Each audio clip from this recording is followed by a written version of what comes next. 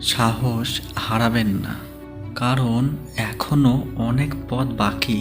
যারা বলছে এটা তোমার দ্বারাই হবে না, তাদেরও কিছু করে দেখাতে হবে। তুমি যদি ব্যর্থতার দিকে মনোযোগ না দাও, তবে তুমি কখনোই সফলতা পাবে না। সাফল্যের ফসল এমনি এমনি গজায় না। পরিশ্রমের ঘাম দিয়ে চেষ্টার বীজকে জল দিতে হয়। যেখানে প্রচেষ্টার মর্যাদা বড় হয়, সেখানে ভাগ্যকেও মাথা নত করতে হয়। তুমি যদি নিজের ওপর বিশ্বাস না করো, তাহলে অন্য কেউ করবে কেন?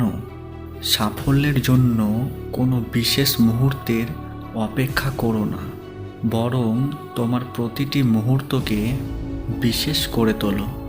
ব্যর্থতা ও পরাজয় থেকে বড় শিক্ষক আর নেই। তোমার যন্ত্রণাকে তুমি মোটিভেশনাল করো, তারপর দেখো কে তোমাকে সাকসেস থেকে বাধা দেয়। জীবনের সব অভিজ্ঞতা বইয়ের পাতায় পাওয়া যায় না। দুনিয়ার সামনাসামনি হতে হয় তা পাওয়ার জন্য। মানুষ চায় তুমি ভালো করো, কিন্তু কখনোই চাই না তুমি তাদের থেকে ভালো করো।